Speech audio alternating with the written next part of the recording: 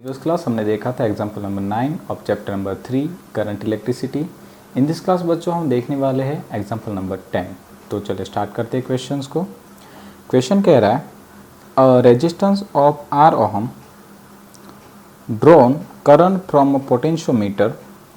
The potentiometer has a total resistance R zero as in figure. Right बच्चों, यानी कि हमें यहाँ पे एक पोटेंशियोमीटर दिखाया गया है, तो हम नोट कर सकते हैं कि जो पोटेंशियोमीटर का जो वायर है उस पूरे के पूरे वायर का रेजिस्टेंस होगा आर जीरो। ठीक है, यानी कि ए से सी के बीच का जो टोटल रेजिस्टेंस है वो आर जीरो है।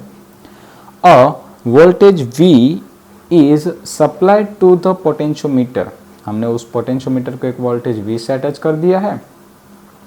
Derive an expression for the voltage across R, मतलब कि हमें इस आर में से पास होने वाला पोटेंशियल फाइंड आउट करना है। ठीक है, when the sliding contact is in the middle of the potentiometer. ठीक है बच्चों, यानी हम नोट कर सकते हैं कि ये जो यहाँ पे जो हमें स्लाइडर दिखाया गया बी, वो exactly mid point of the potentiometer होगा। ठीक है बच्चों, तो मैं क्या करता हूँ, इस ड्राइंग को आपको थोड़ा सा अच्छे से ड्रॉ करके बताता हूँ। बच्चों ध्यान देना, यहाँ पे हमने क्या कर दिया, एक बैटरी को अटैच कर दिया था। ठीक है, अब यहाँ से मैं एक रेजिस्टेंस ड्रॉ करना शुरू करता हूँ। एक बड़ा सा पोटेंशियोमीटर का वायर था जिसका टोटल जो रेजिस्टेंस था वो था आर जीरो। ठीक है बच्चों, अब यहाँ से हमने एक दूसरा रेजिस्टेंस लिया और उस रेजिस्टेंस को हमने अटैच कर दिया मिड पॉइंट पे। ठीक है, इसका रेजिस्टेंस आर। तो बच्चों नोट करें कि यहाँ से यहाँ तक का रेजिस्टेंस कितना होगा, are zero by to.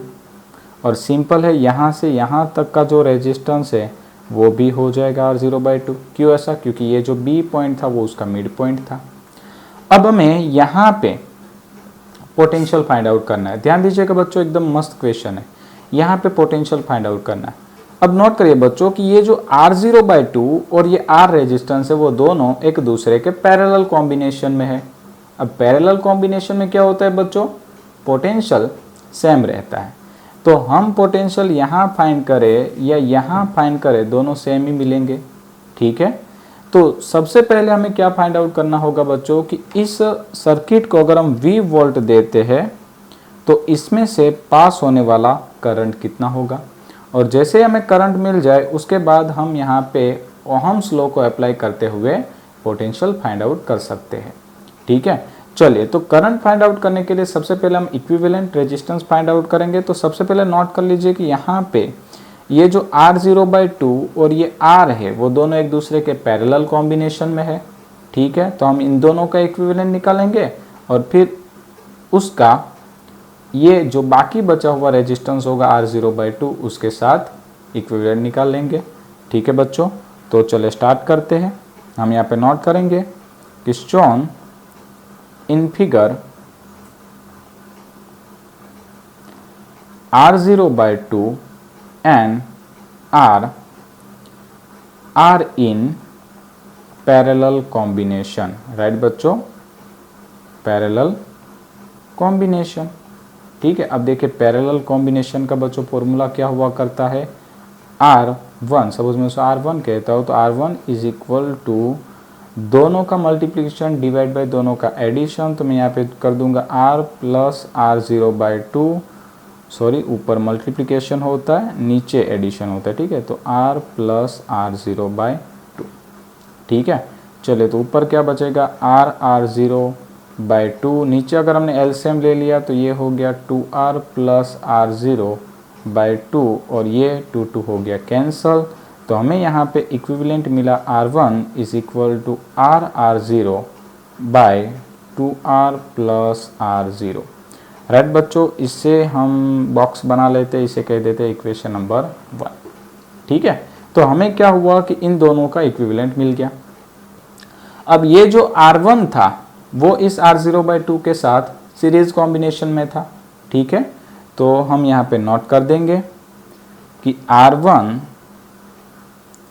And R zero by two are in series combination. ठीक है बच्चों, आर इन सीरीज कॉम्बिनेशन। ठीक है। चलिए अब दोनों का सीरीज कॉम्बिनेशन कर दीजिए तो R इक्विवेलेंट हमें मिल जाएगा R1 प्लस R0/2। तो हम थोड़ी देर के लिए यहाँ पे R1 की वैल्यू पुट नहीं करेंगे, नहीं तो क्या होगा कि हमारा जो कैलकुलेशन है वो बहुत लेंदी फॉर्मेशंस में आता जाएगा। तो ये हमें मिल गया R इक्विवेलेंट, ठीक है बच्चों। R इक्विवेलेंट मिला है हमें 2R1 प्लस R0/2, ठीक है। तो ये हमें पूरी सर्किट का बच्चों इक्विवेलेंट रेजिस्टेंस मिल चुका। अब हमें क्या फाइंड आउट करना था, करंट, ठीक है।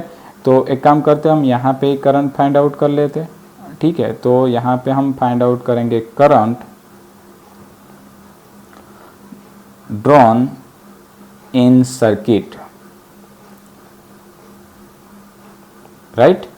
चलिए तो करंट कैसे मिलेगा, तो हमें पता है I इज इक्वल टू क्या होता है V/R इक्विवेलेंट बच्चों। तो हम यहाँ पे नोट करेंगे I is equal to V/R equivalent की वैल्यू रख दीजिए, तो ये आ जाएगी 2R1 प्लस R0/2, ये 2 चला जाएगा ऊपर, तो I हमें मिल गया है 2V upon 2R1 plus R0, right बच्चों। ये मिल गया हमें करंट, ठीक है। अब जैसे हमें करंट मिल जाता है तो फिर से हम नोट कर लेते हैं कि हमें क्या करना था कि यहाँ पे A और B के बीच का पोटेंशियल फाइंड आउट करना था। तो A और B के बीच का जो इक्विवेलेंट रेजिस्टेंस था वो बच्चों में मिल चुका था, R1 is equal to R0 upon 2R plus R0। और यहाँ पे जो करंट है वो भी हमें मिल चुका था 2V upon 2R1 plus R0।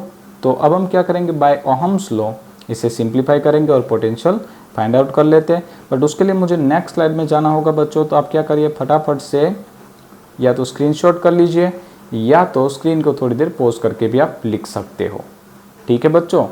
चलिए तो अब हम चल रहे हैं नेक्स्ट स्लाइड पे। तो सबसे पहले मुझे क्या करना होगा, ये फॉर्मूलाज वहाँ पे राइट करने होंगे। तो याद कर लीजिए R1 का फॉर्मूला था R0 upon 2R plus R0, ठीक है। चले तो यहाँ पे रेजिस्टेंस था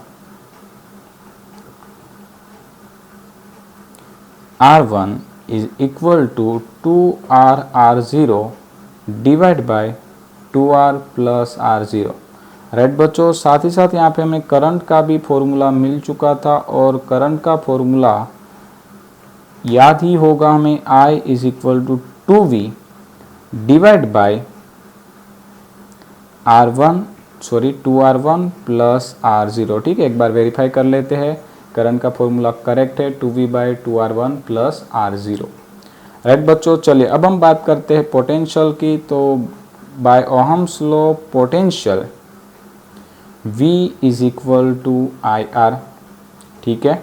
चलिए दोनों को मल्टीप्लाई कर दीजिए, तो ये आ गया 2V divide by 2R1 plus R0 into R1 की वैल्यू भी रख देते हैं, 2R0 divide by 2R plus R0। ध्यान देना बच्चों, अब जो सिंप्लीफिकेशन जो होने जा रहा है वो थोड़ा सा इम्पोर्टेंट होगा क्योंकि गलती होने के चांस हो सकते हैं, ठीक है।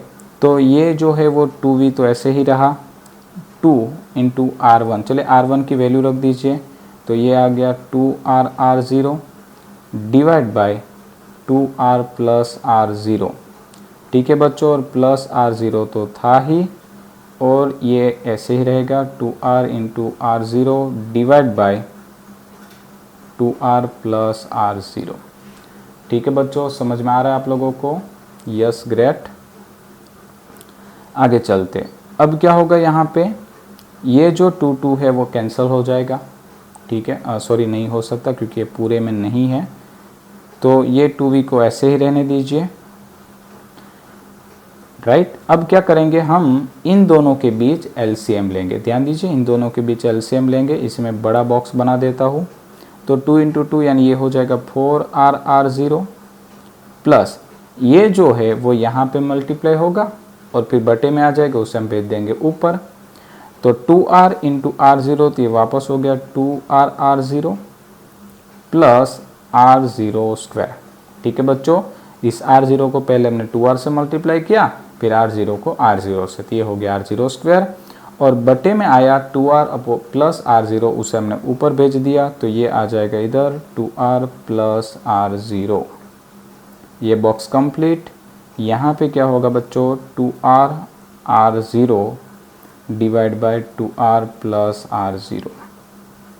ठीक है, चलिए अब जो कट होता है उसे कट कर देते हैं। तो आप नोट करिए कि ये 2r प्लस r0 जो है वो यहाँ से कट हो जाएंगे। ठीक है, ये तो चला गया। अब हम चलते हैं आगे, तो अब हम यहाँ पे नोट कर सकते हैं कि ये आएगा 4VR इंटू R0। हाँ सॉरी बच्चों, हमारी थोड़ी सी गलती हो रही है, मुझे ऐसा लग ही रहा था, क्योंकि R1 का फॉर्मूला देखिए R0 by 2R plus R0 है। हमने गलती से यहाँ से 2 ले लिया। ठीक है, हमने इसको वेरीफाई नहीं किया, हमारी गलती हो गई। चलिए इस 2 को मैं वापस से 0 0 करते जा रहा हूँ। ठीक है, ध्यान दीजिएगा, यहाँ पे भी चेंज हुआ, यहाँ पे भी चेंज हुआ, और ये सीधा 2 ही होगा। तो ये भी हम कर देते हैं 2, यहाँ से भी मिटा देंगे, यहाँ से भी मिटा देंगे। ओके, अब सब करेक्ट हो चुका है। एक बार रिपीट कर लेते हैं। R1 की वैल्यू थी R0 by 2R plus R0। यहाँ पे भी हमने रखी R0 by 2R plus R0, यहाँ पे भी R0 by 2R plus R0, same same same. ठीक है बच्चों, चलिए अब कोई गलती नहीं है। अब यहाँ पे क्या होगा कि ये 2 ही रहेगा, तो ये आ गया 2v इंटू, ये काम करते हैं, यहाँ पे ये हो गया 2v into R0 divide by, अब देखिए ये है 2R0 प्लस 2R0, ये हो गया 4R0 प्लस R0 का स्क्वायर। राइट बच्चों, तो ऊपर हो जाएगा 2VR इंटू R0, नीचे से काम कर सकते हैं हम, R0 कॉमन निकाल लेते हैं, तो ये हो जाएगा 4R plus R0। Right, R0 cancel, तो बच्चा पार्टी ये आ गया हमारा answer 2VR upon 4R plus R0। Right, तो आई थिंक बच्चों ये जो थोड़ा सा इसका जो सिंप्लीफिकेशन है वो डिफ़िकल्ट रहा, बट अगर आप इस क्वेश्चंस को 1 से 2 बार प्रैक्टिस कर लोगे तो डेफिनेटली बच्चों आप इसे करेक्टली कर पाओगे, क्योंकि ये जो सिंप्लीफिकेशन है वो थोड़ा सा अटपटा है, बाकी जो क्वेश्चन है वो एकदम स्ट्रेट फॉरवर्ड जा रहा है। ठीक है बच्चों, तो आई थिंक आपको इस क्वेश्चंस में भी मज़ा आया होगा। इन नेक्स्ट क्लास बच्चों अब हम चलेंगे सीधे exercise of chapter number 3 current electricity. Nice to meet you बच्चा party, thank you so much.